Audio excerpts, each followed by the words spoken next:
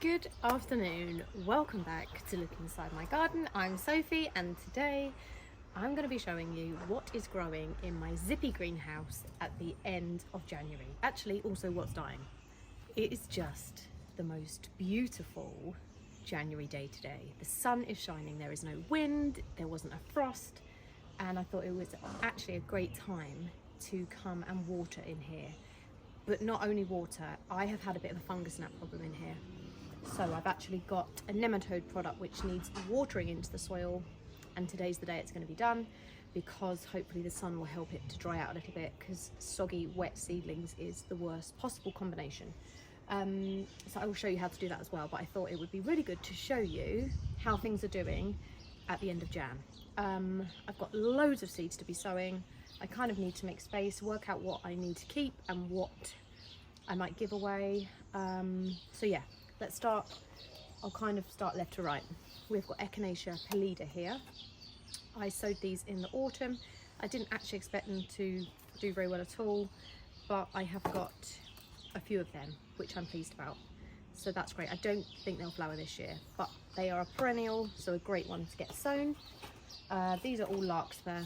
So I've got lots of different larkspur at different stages of growth. Some haven't even got their true leaves yet.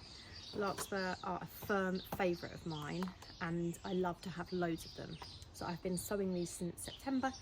I sow a fresh batch every month to make sure that I've got lots. So yeah, I've got trays and trays of those, but that is good. Orlea. So I've got a full tray of Orlea, so that's 12 Orlea. And I've actually got some more here that I haven't thinned out.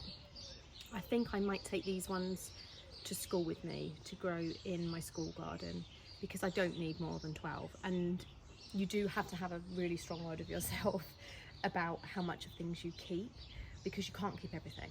Like, it would be silly of me to keep any more than 12. I don't even need 12.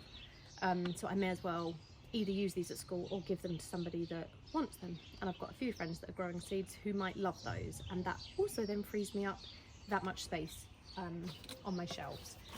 I don't know what these are. They're not Orlea. I don't actually know if they might be a weed. I'm not sure, but I can see two little larkspur which have just popped up in there, and I also just saw a fungus nut fly out of here. Oh, there's another larkspur that's popped up there too. And then these are snapdragons, which were autumn sown. Oh, another one. I've obviously got them in the soil everywhere, which isn't great. Often fungus gnats come in the compost and then they hatch and then they cause problems, and they thrive in wet, damp conditions and like to eat the roots of plants, which isn't great. But I'm really pleased with these snaps. These look amazing. Can't remember the variety, but they're pink and white. So I have got quite a few trays of them that I'd already thinned out. They're looking great, and I'm actually going to be sowing some more very soon. Oh yeah, that's more larkspur. You'll see that's like the next size up. So these must have been my earliest sown ones. And actually I can see a tiny seedling in there that's germinated. So yeah, they've done well. Let's look at something that's not done well. Cornflowers.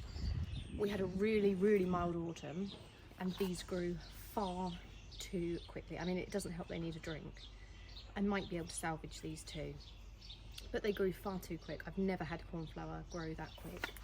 I've actually got some others that I did which need thinning out, but that's a more like normal size for this time of year, not like that.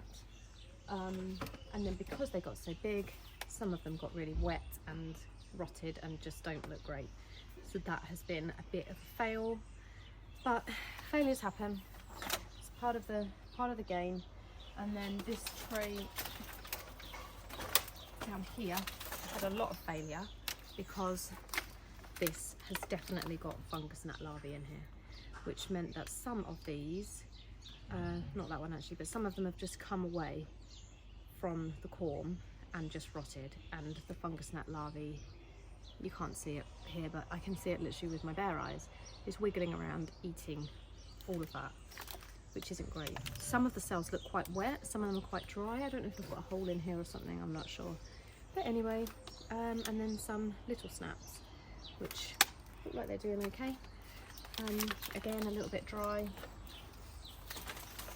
everything does need a water. Then we have got Gadisha, which I autumn sowed. I have never grown Gadisha before. I've tried, but the slugs ate them. So I thinned some out as an experiment because I kind of didn't believe that they would be okay, but they stood quite upright because they look a bit droopy in here. So what I actually did was, oh my god, that one's got flower buds on. No, that can't be flower buds. Anyway, I pinched some of them out. I pinched the tops off because they were really too tall. And they actually look alright, and I want loads of them, so I'm going to thin some more out. Could be a job maybe for today.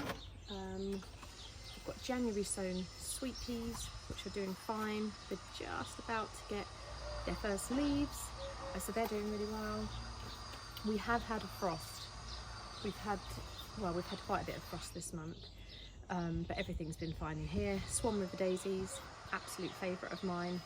I will show you how I thin these out because I'm going to thin them out in like a spoonful at a time to create kind of like a mini plug.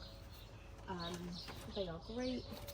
I've got autumn sown sweet peas here, way too crowded in here, but you can see how much bigger they are. They're a purple mix, I think.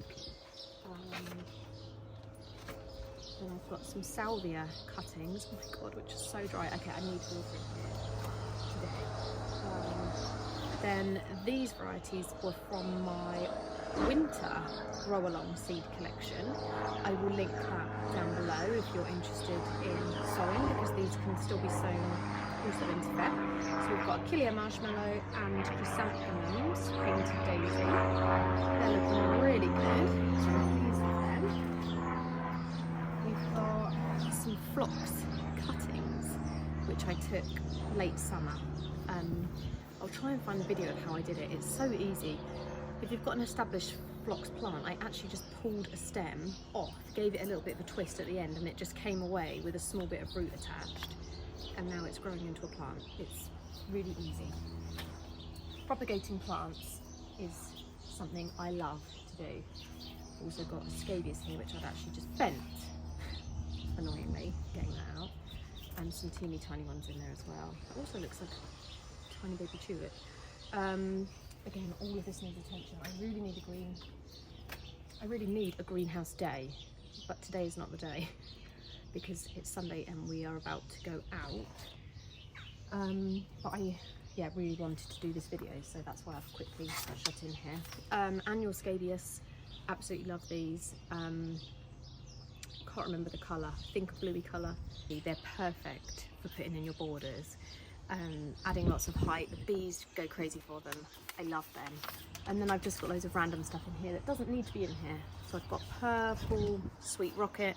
That should be outside in the border. Just haven't got round to it. I've got some tiny honesty. I don't know if they'll flower this year. I've also got some bigger ones. So yeah, lots of stuff that needs to go out. But that is where we're at. This is where we're at. Ooh! This has got flowers on. This doesn't need to be in here either. Ben just dumped it in here because he was fed up of seeing it laying around. All flowers I grew from seed. They are a lovely purpley colour. They need to be going out in my borders as well. Just another thing on my to-do list. So yeah, lots to do. It's a really busy time.